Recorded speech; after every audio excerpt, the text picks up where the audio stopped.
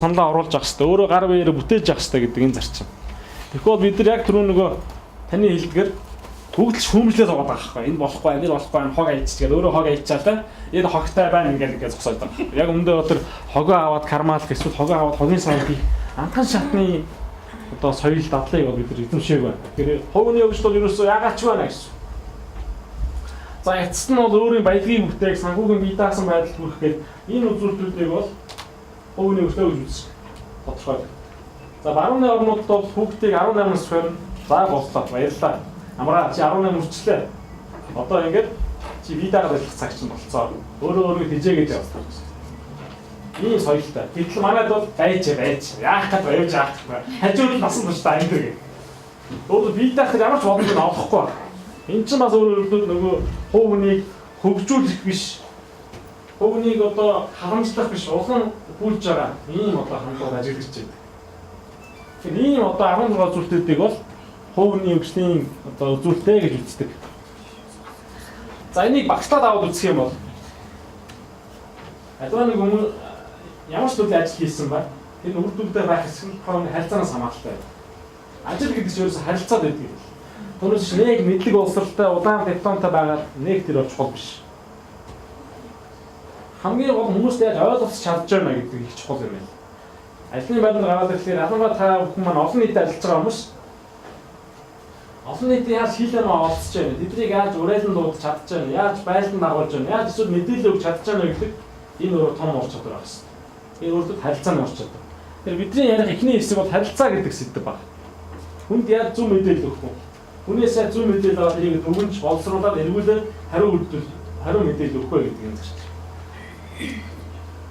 За, надад нэг асуулт байна. Харилцаа хаанаас эхэлдэг вэ? Өөрөөс эхлэх бодлоо. Хинээс юм уу? Яг хаанаас, яг юунаас гэх юм уу та? Танаас эхлэх нь бол бодлоо. Яг юунаас? Ямар үйлдэлээс гэх юм? Манай залуу хэллээ. Одоо ер бол одоо мэдлэгээс хэлж байна. Харснаас эхэлж шүү дээ. Яагаад? Эхлээл тэр хүнлөө таата харж ижил тэр хүнээс эргээд таата өөрөө ойлгуулж шүү дээ. Өнөө ялаач харчаар мэдлээ. Ерөөсөө хол хүний төлөвчлөөс л эхэлнэ. За бүгднийхэн зөв. Баярлалаа саналаа хэлсэн. Тэр харилцаа бол угтлаас эхлэхэ гэж үздэг. Угтал гэдэг нь болохоор өдөрөө холбогдох тэр мөчөөс. Өөрөөр яг таны хэлдэг зөв. Өдөрөө сайхан угтаж авч ижиж, өдөрөө ихлэ холбогдохтож иж, дараад нь харилцаа үүсгэе гэж тодорхойлдог. За энэ ч гэсэн яг бодит амьдрал дээр энэ ч гэсэн яг одоо харагддаг. Хэрвээ та өдөрөө холбогдохтож чадахгүй байгаа та хоёрын хооронд харилцаа үүсэх боломжгүй байна. Ямар ч боломжгүй. Хэдийгээр та боломжтой гэж бодож байгаа боловч энэ бол харилцаа үүсэх байна. Харилцаа гэж юу шилжих вэ гэхээр таны өгсөн мэдээллийг нөгөө хүн чинь ойлгож эргүүлээд хариу үзүүлэхийг харилцаа гэж хэлж байна. Та хоёр өдөр холбогдоог бол та хоёр харилцаа биш зүгээр л мэдээлэл урсгал явж байгаа. Та хоёроос хооронд ойлголцох байна гэсэн. Тэгэхээр хүнийг ойлгохын хамгийн ихний алхам бол өдөр холбогдох. Хэцүү юу? Өдөр холбогдох. Гэхдээ яг нүд төлөвлөлтийн тойл гэдэг биш. Тэр хүн ямар төлөвлөлттэй байна тэр нүдэн дээр нь гарч иж байгаа. Тийм ээ. Энэ станыг зөвхөн харцтай. Станыг нүдэн төвтэй хүн байх шиг байна. Мэдээлдэг шүү дээ. Энэ сайхан дулаахан сайхан нэрхтэй хүн байна. Хүн өөрийнхөө нүдийг нүдэн дулаахан болгож болох уу? Эсвэл нүдэн гэрцгий болгож болох уу? Өөрийнхөө төлөвчлөөс л байна. Болох юм байна. За миний нэг зүйлдээ батлаа гэхээр яагаад энийг хэлж байгаа юм бэ гэхээр зарим нэг хүмүүстэй ингээд уулзаад явж хад би угаасаа нэг жоох муухай хацтай. Энийг хүмүүсийг жоох юм ширүү. Тиймээс хүмүүс намайг их ууртай гэж хардаг шилдэг. Яг өндөө бол тийм биш. Бид нар өөрсдөө тийм болгоцсон байна.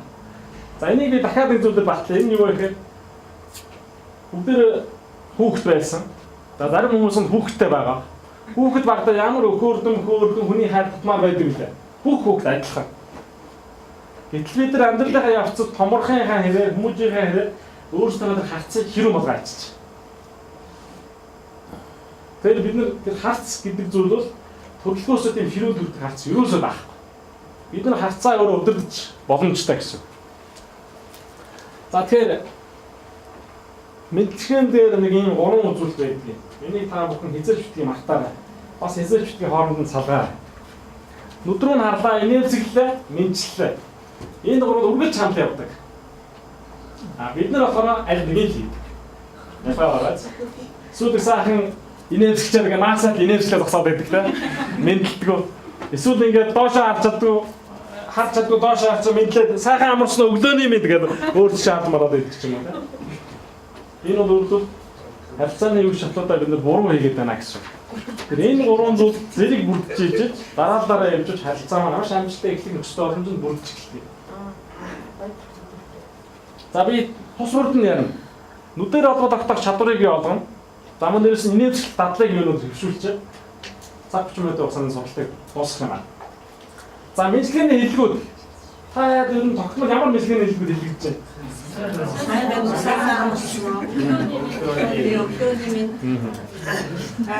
тэгэл хай маа юу анутай гэдэг шүү дээ. Хаа юу анута ватсап гэдэг.